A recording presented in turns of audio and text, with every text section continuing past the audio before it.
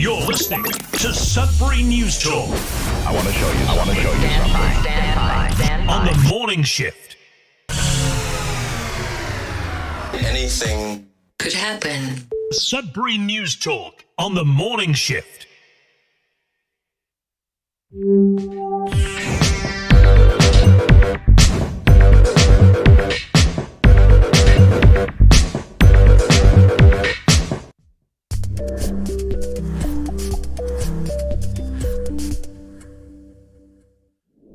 Hey everyone, good morning. Welcome to Sudbury News Talk on the morning shift. I'm AJ Walsh. Glad to be here with you. Thankful that you're here with us. We're live on CKLU 96.7 FM on the radio, also streaming live at cklu.ca online. Just click on the Radio Player Canada app. You can stream us that way, and then you download the Radio Player Canada app, and you can take us with you and listen to us anywhere, anytime on your favorite device. We're also streaming live at facebook.com/Sudbury News, youtube.com/Sudbury News. Make sure to like, share, subscribe, and follow the channel and the page. And mainly, we just encourage everyone to comment because this is your conversation on your station. I was listening to CBC yesterday, as I do most times as I'm driving, and they had a long segment or a show on media in general and where it's going, and news and papers and journalism in Canada and local news specifically. And they were talking about, how will local news go on and survive into the future. And a lot of it was engaging with the public, like having conversations. And I was really surprised that they would point that out because nobody is doing that. I think we're probably the only ones doing that, but I think that would be the future of news. I think if it was a perfect world, we would be able to share news on Facebook, as the government has made it a policy to make that impossible. They are, and on that show too, they blamed Facebook as being the villains in this. Facebook is made it so, they're not paying local journalists, and local journalists never asked to be paid by Facebook in the first place. It was the government that said Facebook should be paying. I think if they would have went to journalists and went to companies that produce news and asked them, do you think we should force Facebook to pay? And if they don't, well, who cares if they share your news anyways? All of them would have said no. No, please stay out of our business, and we're happy using Facebook. But no one's able to share news on Facebook, the most widely used platform in the entire world. And they were talking about news up in, the Northwest Territories and Nunavut, and how they all used Facebook, and now you can't share news on Facebook, right? So what are they going to do? But it all came down to engaging with the public and allowing the public to, have conversations around news and feel engaged with their community, to have a better sense of community. And I thought, well, I think we're already on the right track doing what we're doing, and we're the only ones doing it as far as I know in Canada. I don't even know about North America, the world. Just having a news show where people can, in real time, just say how they feel about something, or share news too. Come on and say, yeah, I'm having this event on Friday. Can you let everyone know about it? And in real time, everyone already knows about it because you just announced it, kind of thing. I think it's the future. I really do. I would hope that at some point in time I'd have more time to dedicate to it, because our shows could be longer, could be at least 2 hours, to dedicate enough time to have conversations with people, along with delivering some of the headlines that are important for the day and what's happening in our community and in our region, in our province, in our world, right? So we would need a little extra time to do that. And that's my hope, that at some point and someday we will be able to do that.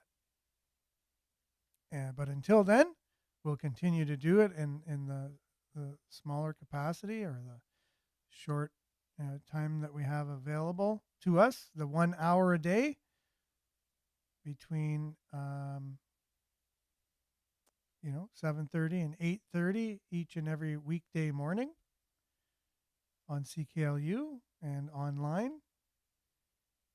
I don't like these reels that Facebook have. You can't control when they start, when they end.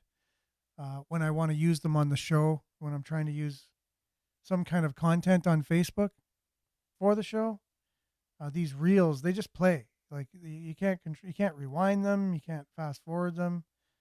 And then they just loop and loop and loop. So there's one specific one I want to play today concerning the rail situation in Canada, and we'll get to that after some local news headlines. And it's part of the local news headlines, I would think. So I hope everyone had a great weekend. I know I did. I was in the Sioux, I was on Manitoulin, then back in Sudbury, and then in Espanola, and so all over this North Shore of ours. And it's just a great area. It's one of the most, I couldn't picture myself living in anywhere else. And I think I got this video all queued up as good as I possibly can for later. Anyways, but yeah, we live in a great place here. And if you're joining us from elsewhere, you're from Sudbury at some point, or you want to move to Sudbury, on the show, we talk enough about it to give you an idea what's going on locally. And either you want to come and live here based on the information that you have from the show, or you want to check in and reminisce about the times you lived here. Either way, welcome to the show. Glad to have you here. Hope you had a great weekend. And we'll dive right in with a little bit of weather, and then we'll be back with news headlines, your comments, and more right after this.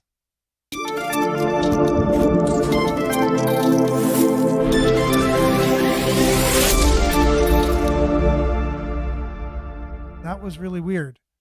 Weather brought to you by Duck Check. For all your duck cleaning needs, Duck Check are the guys to call. Let them know we sent you. Ask for Steve, and they'll treat you really well. So this is the first screen I went on for the weather, and that's what it gave us. So, anyways, today it's going to be sunny. Fog patches dissipating this morning. High of 27. Humidex 33. Long range forecast, 30% chance of showers tomorrow, high of 26. 60% chance of showers, high of 19 on Wednesday, 22 and cloudy on Thursday. 60% chance of showers on Friday, high of 23. Saturday, 23, mix of sun and cloud. Sunday, 21 and cloudy. Look at your satellite, taken at 1 p.m. on August 25th. No, that's not going to do. So we'll refresh, and it's going to, it was acting a bit wonky this morning, so I'm not surprised we weren't even able to get the first page. So here you go, 3:30 a.m. this morning. All of that clearing is going to bring us a nice, sunny, warm day today. And that's your Sudbury weather, brought to you by Duck Check. For all your commercial, residential, industrial duct cleaning needs, give them the shout at 705-918-4848. Or check them out online at ductcheck.com. Let them know we sent you, and you can get $100 off your next duct cleaning and inspection. We'll be back with news headlines, your comments, and more right after this.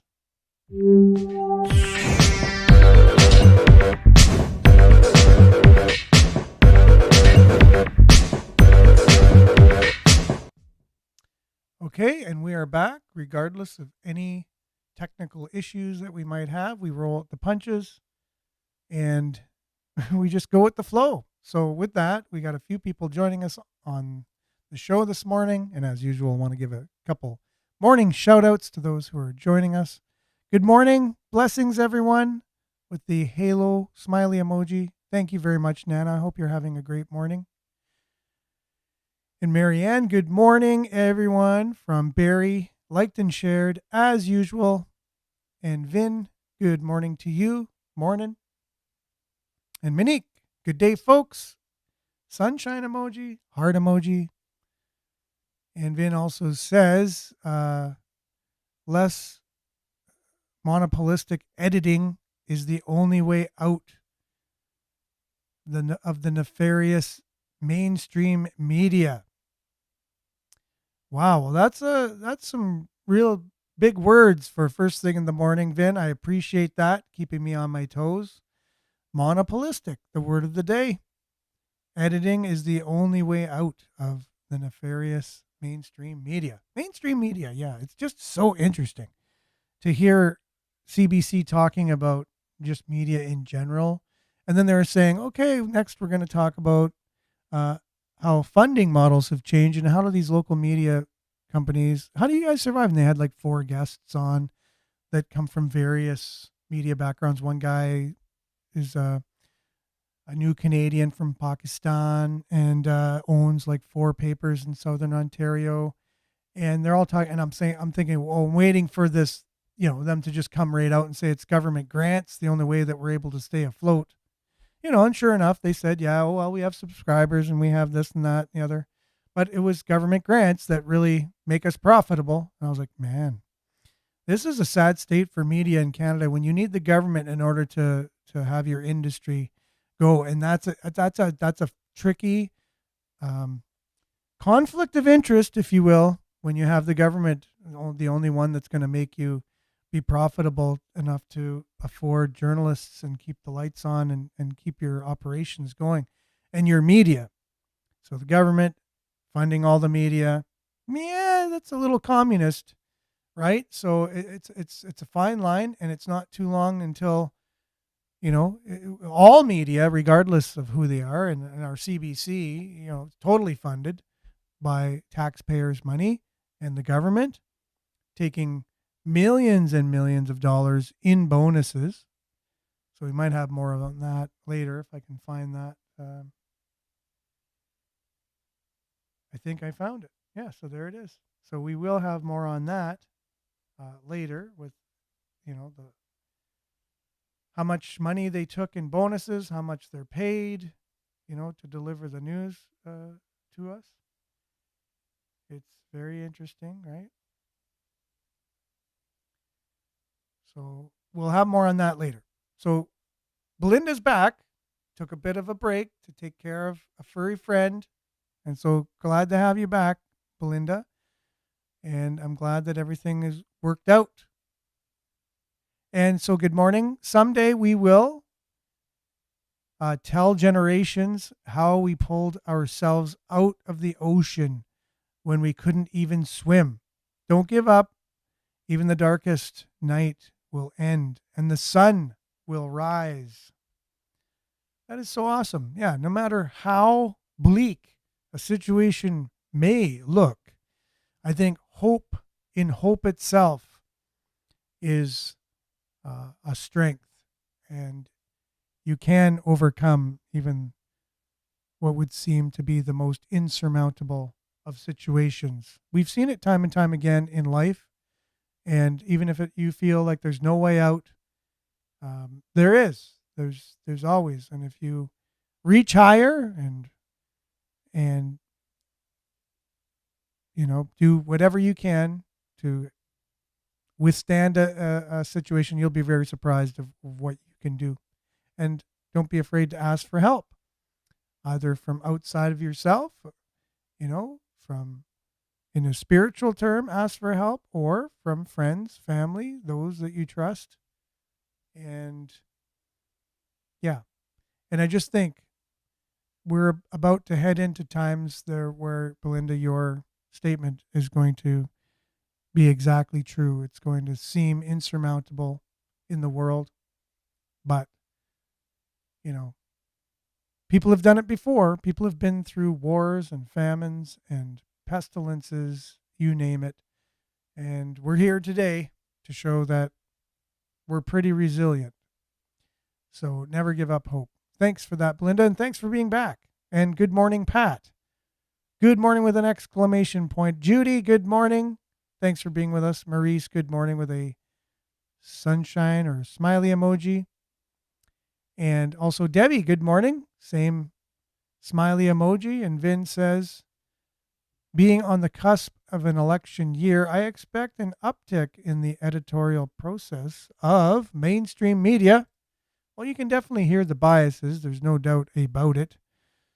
You definitely know mainstream media, what side they're on when it comes to covering politics. There is no doubt about it. There's no question about it. I just imagine their lunchroom or whatever. They're all on break and they're all just talking. They're not on air. They all agree with each other in terms of their politics. There's no doubt about it. You can just tell they're all on one side, which then begs to question, like, how unbiased is your news? If you're all sitting there in your lunchroom and you're all agreeing on your politics in a way, you don't want arguing and, breaking out in a food fight or anything in the lunchroom. But that's a problem when you're delivering the news each and every day, and you're the gatekeeper of news, and you're the watchdog. So you're in an echo chamber, and you're the news, and so now you're all basically, you have the same point of view, and your news organization is going to be biased, 100%, whether it's on the right or the left. We don't see very many examples of on the right, but we do see many, many, many, if almost all of them on left. It is what it is. So again, if we want to prove that, you just go in there and you have a conversation about politics, and you'll see. It's find one conservative who works at the CBC, just one. That's all. That should be a reality show. That's all I'm saying. And I'm not saying conservatism is right. I'm not saying liberalism is right, NDP is right, Greens right, whatever party you are. All I'm saying is that there is a problem when every single person who works at a news organization is the exact same political leaning. That's all I'm saying. And I'm just saying, in the CBC, you'd be hard-pressed to find one conservative working there. Yeah, Debbie, good morning. I just seen a video where they are trying to pass a bill to have voting age lowered to 16 years of age. I'm sure you knew exactly who should be running the country when you were 16, right? Makes sense. You can drive, you can vote. I'm being sarcastic, by the way, as I'm having to tell people when I'm being sarcastic, because I'll just say it as if it's the real thing. How's everyone feeling now that they voted for a prime minister with nice hair? How's that going now? I asked everybody in 2015, is that when we had the change in government here in this country? Why did you vote for this particular person? Oh, he's so good looking. He's so good looking. Oh, I just think we need a change. Things have just been kind of, the other prime minister, he's got no personality. He's like a cardboard cutout. I just love his hair. These are very dangerous reasons for electing a leader of a country, correct? You don't elect a leader of a country because they have nice hair. Note to self, I never did that, but note to everyone listening, right? Because I was like, what's the major problem anyways with what's happening now? Like, I think things are going rather well at the moment in 2015. I thought, what's the big, quick reason for a change? Change to what? That's what I said. I said, well, what's the problem? What's going to be better? Oh, no, it's just going to be better. It's just going to be better. It's like, okay, in what way? Couldn't give an answer to that. It's just going to be better. We just need a change. A lot of people were just elated when the voting results came in. Sunny ways, so vague. Then that leader, before being elected, was asked, well, how are you going to balance the budget? And they said, well, the budget balances itself, right? which makes sense because, at home, you don't have to actually make a budget. It just balances itself. You don't need to pay the credit card. It just pays itself off. You don't need to figure out how much you're going to pay on groceries. It just happens. Money just comes in, just goes out. No one has to actually work at figuring it out. That's who you voted for. And that's what you got now. So would you say that your life is better now, 9 years after that event, in your city, in your province, in your country? Is your life better? What was the best thing? Like, what are the top 5 good things that this particular government has done for you? Top 5. The top 5 things the Trudeau government has done to make your life better. Just write them down, and email them to sudburynews@gmail.com. sudburynews@gmail.com, and I'll share it. The top 5, I'll pick out the top 5 best things that Trudeau has done for Canada and for you personally. It's not an easy exercise, I've found, for a lot of people. A lot of people have struggled to find one thing, let alone 5. But if you can, we'd love to have the top 5 things the Trudeau government has done for Canada. And Marianne, okay. Now I'm not sure what I was saying at the time that you had saw, but I've kind of ranted. I apologize for that when I should be getting to the news headlines, but we're going to get there. And Miles says, good morning. Big announcement yesterday by Justin, plagiarizing Pierre's idea the last few years, selling off federal lands and buildings for housing. I saw that as well. So yeah, and Pierre Pauly, I've said that. Yeah, because we have a lot of buildings that are just sitting there. We're paying money to upkeep them, and they're not being used anymore. So why don't we just use that property for housing? So the big announcement from the Trudeau government, which might be in his top 5. You never know, right? The top 5 things Trudeau did was suggest that maybe they should sell off a lot of the properties that are just sucking our taxpayers' money and use them for housing, which we desperately need, which was Pierre Poilievre's idea. Okay, so Vin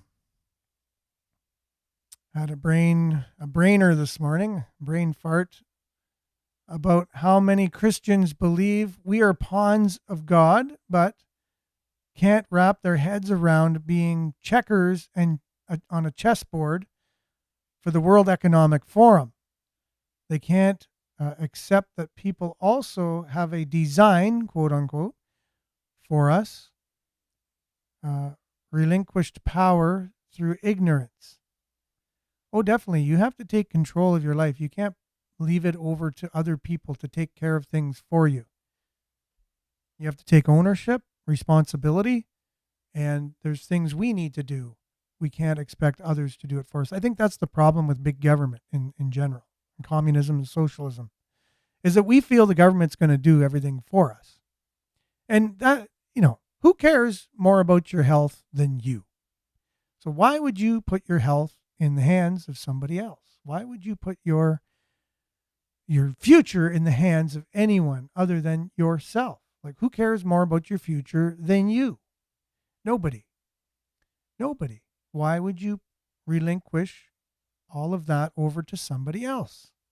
And in this case, it's true as well. Like, you have to be sharp. You have to be wise as a serpent, but gentle as a dove, I would say. Be gentle to people, be kind, be loving, but also, be wise. We talk about street smarts a lot, and I think we need a little bit more of that these days to really see what's going on around us. Chris, good morning to you. Thanks for being on, my friend. And don't forget to talk about the Verner Ram Rodeo. Werner Ram Rodeo. See, this is what happens. You come on, you get to promote what it is that you're doing in your community. So if you haven't heard about the Werner Ram Rodeo, you just have now. And with the modern technology that we have today, the miracle that is modern technology, you can Google Werner Ram Rodeo. And if it's something that you want to participate in, you just have to Google it and find out when it is, how much it costs, what's going on. So thanks for that, Chris. We really appreciate it. And Liette, good morning from Collingwood. Peace sign. And Linda as well. Good morning to you, Linda. Marianne says, selling off lands truly belong to the people is not the government as what one thinks. And that is true, right? So if the government owns lands, it's the people. And they work for us, in trust of us, just for our information. And that is so true, Marianne. Thanks for sharing that. And the Werner Ram Rodeo is on September 7th and 8th. Just so we know the dates. Again, for more information on that, let your fingers do the walking with Google and find out any more information that you might be looking for on that. And Belinda says, I would love to have been in that meeting when Trudeau was in Sudbury. What was discussed? I was thinking about that this morning because I think you had shared with me a street politics video, which I've had queued up, but just it never fit into any of the shows enough. And I was even going to play it today, but I'm like, oh, okay, it's old news now. Well, Trudeau was in Sudbury, kind of like a secret, meaning it wasn't public. He didn't put out a press conference saying I'm going to be at the Holiday Inn in Sudbury meeting with all my MPs in Ontario. But he did. He was here. And I wonder too what they were discussing. I wonder what the main priority was of that meeting. It'd be interesting. And Lise, hello to you. Thanks for being on. Quite a few of us on this morning. Belinda says, thank you. It was scary. Yes. And she is mending beautifully. That's Belinda, taking care of Izzy, I believe. And fully recovered. That's so awesome. Monique, I never voted. Oh, okay. Well, you know what? You don't have to confess on this show. It's not a confession or anything like that, but I know you are not alone. I know a lot of Canadians feel the same way. They're like, why would I vote? I don't agree with anybody, any of the possibilities, any of the candidates. We're just, we've lost hope in our system, and you're not the only one. But, I mean, if more of us got involved and just involved in our own ways and took responsibility of our own politics and our own communities and really understood what's going on and were informed, we, the people, have the true power, even though they got the money, our money, and they got the laws, and they have, the enforcers of those laws or whatever. They have enforcers who can even enforce things that aren't laws in particular. But it doesn't matter. We, the people, have the power, regardless. Media regurgitates the same narrative. This is Belinda. Trudeau's propaganda team, media will be held accountable. So many lives have been altered or lost. Yes, we would hope that the media could be held responsible when you can play former clips from the past, the recent past, and then show, wow, these guys were pushing ideas and things that were false, and then blaming other people who weren't part of the mainstream media for spreading false information when really they were spreading true information, and mainstream media was the one with the false information. It's really not that hard to see, but again, right? It's many people are in a trance. Many people are in a type of a bubble.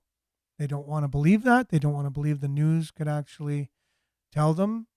You don't want to come out and say lies, but I think it's you might even be able to say that now with what's happened over the last few years. out and out lies. Why? Because they are beholden to advertisers who have, they have they have a company that they need to make money with that are selling something to you that your tax dollars are buying, paying way more than it's worth to, and then they can't be held accountable if they pay for the news. So they'll advertise on these 24-hour news stations. Just look what industry is the one advertising the most. And they're not going to hold them accountable because then they won't have any advertising revenue. Monique, knowing the truth of it all, for sure. It just feels good, right? When you can kind of get to the bottom of things, real things. And you don't just rely on mainstream media to do the thinking for you. Never allow anyone else to do your thinking for you. You can think for you. And Bob says, just a thought, if you want to vote, there should be mandatory military service of 18 months minimum. Oh, kind of like an Israeli model. I know other countries do it as well, but that's the first one that came to mind. You have mandatory, and I think it's 2 years, but it could be less, of military service for your country. I think that would be, how would our country be different if our young people had to do that? They would probably learn quite a few things. And I think it would be positive. I really do. Wanda says, no, I got worse. It got worse. Okay, so the top 5 things that Trudeau did. Yeah, did our country get any better or worse? And good morning, Wanda, by the way. Thanks for being on. So nothing got better. He has lied from the first, and that's about Trudeau, I'm thinking, Wanda's saying. Trevor says, top of the morning, with some really cool emojis there. And much appreciated, Trevor, for being on. And thanks for all you're doing to share things that people may have a hard time hearing or hard time finding about what's happening in our world. Speaking of media, mainstream media, and finding the truth, that's what we used to rely on mainstream media to do. But I think people are starting to smell a rat these days and just kind of know that it's, when you eat something that's real, a real banana, but then you get banana flavored something, you can tell the difference. It's banana flavored. It's not real banana.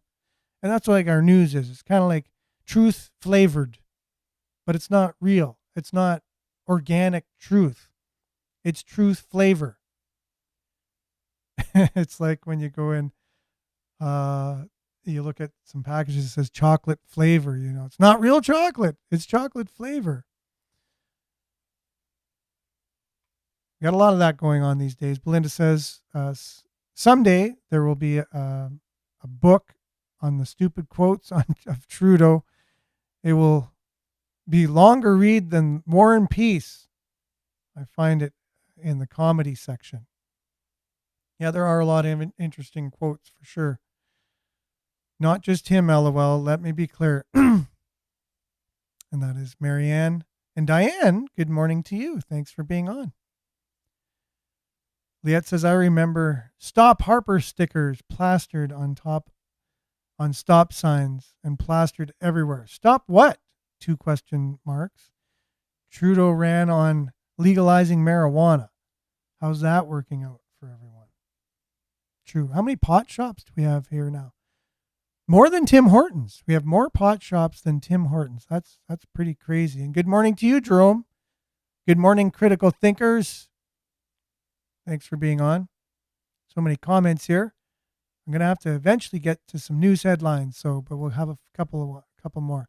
It's never been legalized, decriminalization regulated. Words have had their definitions blurred in recent years, talking about drugs, for sure. That's Vin. Miles says he was in a meeting in Sudbury to steal more ideas from Polyev and how to spin them as liberal, LOL. And good morning, Josiah. Thanks for being on. What emoji? We got a smiley emoji with some hearts there. That's much appreciated. We really appreciate you guys and your comments.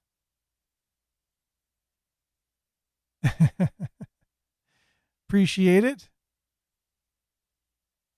Now, some people are speaking back and forth to each other, so I'm not able to decipher that on here. So I'll just get them up on the screen. And let's get to some of our news headlines for the day, brought to you by Sudbury.news. It's our news aggregator for all local news. Since we're not able to share news on Facebook anymore, we figured we might as well have a service to the community where we are able to aggregate all the news in one convenient location. So Sudbury.news, if you haven't been there, check it out. All local news. CNCPKC, which used to just be CP, to resume rail service Monday as work stoppage ends. Good news, right? Traffic at Canada's two largest railways is slated to resume today as the rail work stoppage comes to an end following a Saturday decision from the Federal Labor Board, right? So they came to a decision to get back to work, but does that mean all is well? We talked about the supply chain's already been disrupted. A lot of suppliers for our staples that we use in our lives have been backed up already because they were anticipating a strike. And so it's already been thwarted to some degree. And I have a video that I shared on our Facebook page about this. And I think they do a good job of breaking down the situation. So this is on the rail strike. We'll be back right after this. We're adding a week delay for every 2 days that CP is offline. So by Monday, we will have a 1 month delay, and this is guaranteed. This situation continues to snowball into a financial disaster. We have no idea what's going to happen after Monday, but what we know for sure is that this situation continues to get worse. Every single day there's a stoppage. So I don't know about you, if there's already a 1 month delay, imagine what's gonna happen to all the toilet paper supplies across Canada. I don't know about you, but I can't hold it for a month. But if I were you, I'd stock up on toilet paper for at least a 2 month supply. And thanks to JT's wonderful economy, most of us are eating rice for breakfast, lunch, and dinner. And if you like your rice, you better stock up on that as well. I would get a 6 month supply. Start planning for shortages because our ports are already not accepting shipments. So we could expect food shortages and all sorts of other shortages. I'll be updating everybody on Monday on this fast-moving, evolving catastrophe that we're currently in. I'd love to hear from you in the comment section. So there you go, right? So this isn't mainstream news. This is some dude, right? Mainstream news is just saying, yeah, oh, good. Everything's good. Now the Teamsters Union might take this to court, though, and appeal the decision to go back to work, right? That's okay. In other news, but I think he shares some sentiments and some facts that we're not really being told from mainstream news. And I wonder why. Like, what's going on? Why can't you just come out and say, yeah, things are going to be pretty rough? It's just because that's the truth. Like, things aren't going to be rosy. And we're going to have some shortages just that come from a couple days stoppage of rail service. He said for every day, it's like a week kind of thing, right? That it was stopped and people were already holding back their shipments and things, anticipating that we were going to have a strike. And so, yeah, our supply chain will be disrupted. Now, what happens if the Teamsters, they appeal and the judge says, yeah, you know what? You guys are right. The government can't force you to get back on track. Pun intended. Well, then you have a stoppage again. And what's up with this? Both rail companies at the same time. Is that a coincidence? Like, does anyone really question that? That would shut down all rail. Like, let's just say one of them went on strike. Okay, well, the other rail would be used then. So everything will be shipped by the other rail company. But no, strategically, they're both at the same time on strike. So that totally paralyzes the whole country. You know, that even shouldn't even be allowed. Think of it. You know, that's a necessity for the country. You shouldn't be allowed to do that. And good morning, Brian. Better late than never. Thanks for being on. So expect that to come. And so Justin Trudeau is having his cabinet retreat. The federal Liberals kick off a 3-day cabinet retreat in Halifax. The Liberals look to recraft the narrative at the cabinet retreat. Like, how are they going to make themselves look good now? Now that they've made our country almost into a third world, on our way to a third world country. In many ways. In many ways. You know, a friend of mine just came up from the United States to spend some time with us here just for a day. And so he flew into Buffalo because if he flew into Toronto, they didn't have any rental cars because he was going to fly in and get a rental car and drive up to Sudbury. They didn't have any rental cars. Like, this is what you see in communist countries, right? Things start breaking down. The economy starts breaking down. Services start breaking down. You remember, inflation soars and there's big lineups for bread, at the bakery. It's hard to get things. But he's able to fly into Buffalo, got a rental car, and drove up from there. Nice rental car by that. A nice sporty one. But anyways, we only had electric vehicles to rent at the Toronto airport. Good luck getting an electric vehicle to drive up to Sudbury. This is the craziness of these policies that are being made and just the way our country's being run. It's not being run for you. I can guarantee you that. And now, why isn't the CBC telling us these things? Why aren't we being informed of the basics of the state of our country? And here's a little bit of it from the Canadian Taxpayers Federation, and the money that CBC gets from the government is just and the bonuses and craziness. It's like, kind of tells you why you're not really getting real news. There's no ifs, ands, buts about it. The perception of bias can be just as devastating as actual bias. The perception of a conflict of interest can be just as bad as an actual conflict of interest. But taking more than $1 billion a year from the government, that's a conflict of interest. And Canadians should worry. This is the Taxpayers Federation podcast, where we are fighting for lower taxes, less waste, more accountable government. I'm Chris Sims. I'm the Alberta director here for the CTF. My two friends, Franco Terrazzano is in Ottawa, along with Ryan Thorpe. They are the federal director and our investigative journalist here at the CTF. But it has been a flurry of the last few days in regards to our favorite state broadcaster, the CBC. Who wants to start with the bonuses that we all figured were coming, but we finally got a dollar figure for? Who wants to start? I can take that one. The latest breaking news out of the CBC is that they just rubber stamped $18.4 million in bonuses for about 1,200 staff at the CBC. This comes on the heels of $15 million in bonuses in 2023, $16 million in bonuses in 2022, and all told, since 2015, since the Trudeau government came to power, we're up to $132 million in bonuses at the CBC. This year, 45 executives at the CBC took $3.3 million in bonuses. So that works out to an average of about $73,000 for each of them. And we checked in on, okay, well, what's the average salary in Canada? And according to Statistics Canada, it was less than $70,000 last year. So the average bonus for a CBC executive eclipses what the average salary is for a worker in this country.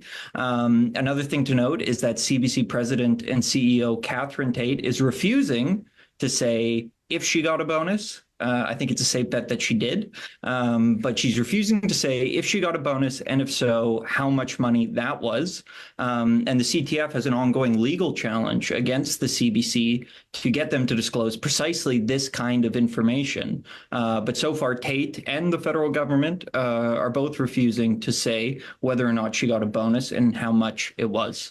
And we need to stress, this is our money, guys. This is taxpayers' money. And they're trying to demur and say, oh, well, we couldn't possibly reveal. Yeah, you can. And yes, you will. Franco, did you want to jump in on this? Last I saw, it looks like some parties in Ottawa are trying to recall the Heritage Committee. Like they want some answers on this. Yeah, well, that's exactly what's happening. Now, you'll remember that it was first the Canadian Taxpayers Federation that was blowing the whistle on the fact that the CBC is handing out all of these taxpayer-funded bonuses. And after all of that, you know that Tate, the president of the CBC, was brought forward to a parliamentary committee, that Heritage Committee, not once, but twice in recent months. And you had members of parliament grilling the CBC head saying, how in the right world could you be handing out millions of dollars in bonuses while you're right before us crying poor, right? Because here's the whole thing. Number one, the CBC takes more than $1 billion from taxpayers every single year. This year, $1.4 billion from taxpayers going to the gravy train at the CBC. But number two, you had Tate crying poor, begging the government for more cash, claiming that somehow the CBC is chronically underfunded, even though they get more than $1 billion from taxpayers every single year. Then at the same time, rubber stamping millions of dollars in bonuses for the fat cats at the CBC, the executives, the managers, the non-union staff. And what was crazy about all of this is that you actually had a multi-partisan agreement saying, you know, this is a bad look. The CBC should not be rubber stamping more bonuses when you're crying poor, when you're announcing hundreds of job losses at the state broadcaster just before Christmas. But look, not only are the CBC continuing to give out bonuses because that $18 million figure that Ryan said, no, this isn't previous news. This is a fresh batch of taxpayer-funded bonuses that the CBC is handing out. But I also want to put a bow on it. The bonuses at the CBC have really exploded under the Trudeau government. You know, back in 2015, right as Trudeau was coming to power, the bonuses were about $8 million. This year, the taxpayer-funded bonuses at the CBC are $18 million. So just the cost of the bonuses have more than doubled under the Trudeau government. Yeah, this is a big one. And I actually wanted to throw in a clip here, and we can do so. This is one of my favorite clips ever. I thought I was having a fever dream, but it was actually the National, and it was the anchor, Adrian Arsenal, quoting the Canadian Taxpayers Federation while grilling her own boss, Catherine Tate, saying, are there going to be bonuses this year? Listen to this. I'm just curious about something. I'm going to presume no bonuses this year. I mean, the Canadian Taxpayer Federation said a Freedom of Information request showed 16 million were paid in bonuses in 2022. Can we establish that that is not happening this year? It's too early to say where we are for this year. We'll be looking at that like we do all our line items in the coming months. So there's a chance bonuses could still happen at a time when jobs are being cut? I'm not going to comment on something that hasn't been discussed at this point. So, okay. So yeah, survey says, yes, they were talking about it. Yes, they did give out bonuses. And the latest numbers we have, it's $18.4 million worth of bonuses, and a lot of that going to CBC brass. Well, hey, Chris, let me just jump in on the CBC brass part, right? Because I just want to tie a little bow on this part as well. 45 of those CBC executives got bonuses totaling $3.3 million for this year. Again, that's an average bonus for the CBC executives of $73,000. And what about the Catherine Tate or whatever? Is it just me, or does she look like a villain, a Star Wars villain? Like she's like a Sith Lord or something. I don't know. I get that the creepy factor is just off the radar. Is it just me?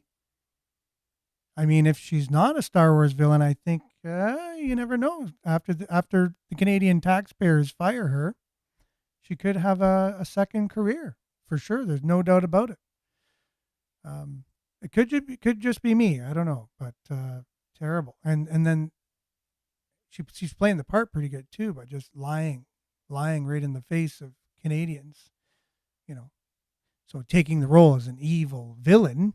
It seems to be she's already kind of practicing for that, because she out and out lied. And so if the CEO or the president of CBC is a liar, that's at the top. What does that say about the organization? Pretty dead on. They're taking your tax dollars as bonuses, when really, what are the KPIs? What are the key performance indicators? Are they getting more viewers? Why are they getting bonuses? Is it because they're doing a better job? Like what performance indicators are they basing their bonuses on? And that's your money. And where's Jagmeet Singh? Where's Jagmeet Singh holding up a bag of apples saying it's potatoes and saying, hey, why is this greedy CBC executives taking too many bonuses? Like, what's up with these greedy government-funded corporations? No, you don't see Jagmeet Singh talking about that. He just talks about greedy grocery store owners while he's holding up a bag of apples saying it's a bag of potatoes. If you haven't seen that, it's worth it. But where's Jagmeet Singh here? Come on, call out these greedy, because it's socialist. What about Jagmeet being greedy? Like putting off the election 1 week so that way you can get a pension that's going to cost Canadians like almost $100 million by the time, you're retired. You're not going to get elected again. We all know that. So, wow, this is a lot of greediness. And CBC isn't going to say what I just said, right? Why would they? They're being paid by the government, and they're getting bonuses. And the top brass, as you can see it, is a Sith Lord that isn't going to tell you the truth. And so running an organization that's just a leech on the Canadian taxpayer, billions of dollars? Give me a break. Listening to a CBC show yesterday too, I think it was Unreserved. And they're doing the story about Indigenous cooking, and just, again, has no problem saying this. Yeah, they said, oh, you ever hear the phrase, too many cooks in the kitchen? Well, you can just imagine we have 3 producers, a camera guy, a writer, and the host all in the kitchen. I'm thinking, you needed that many people to deliver this story? You could have went in there with a tape recorder. You needed 3 producers, a camera person, like a videographer, a writer, and you to deliver this story that you're doing right now. And then you got all the post-production people that are going to be helping put the show together. That's what your taxpayers' dollars are going for. I do this show by myself. I pay for it myself. I think this show is better quality and more truth comes off of this in 1 hour than a whole week of CBC, draining our taxpayers' money, my money.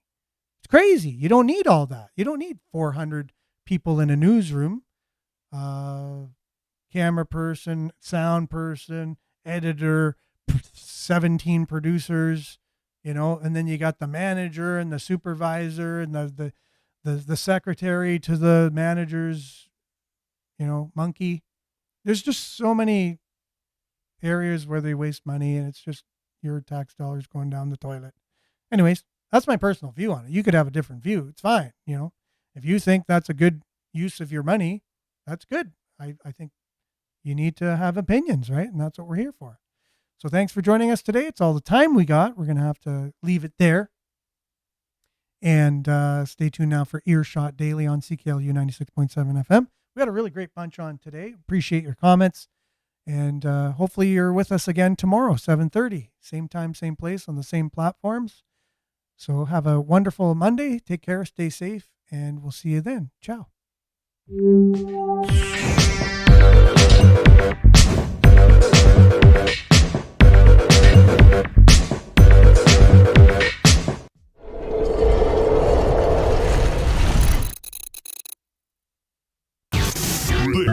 This is Sudbury News. Morning Shift.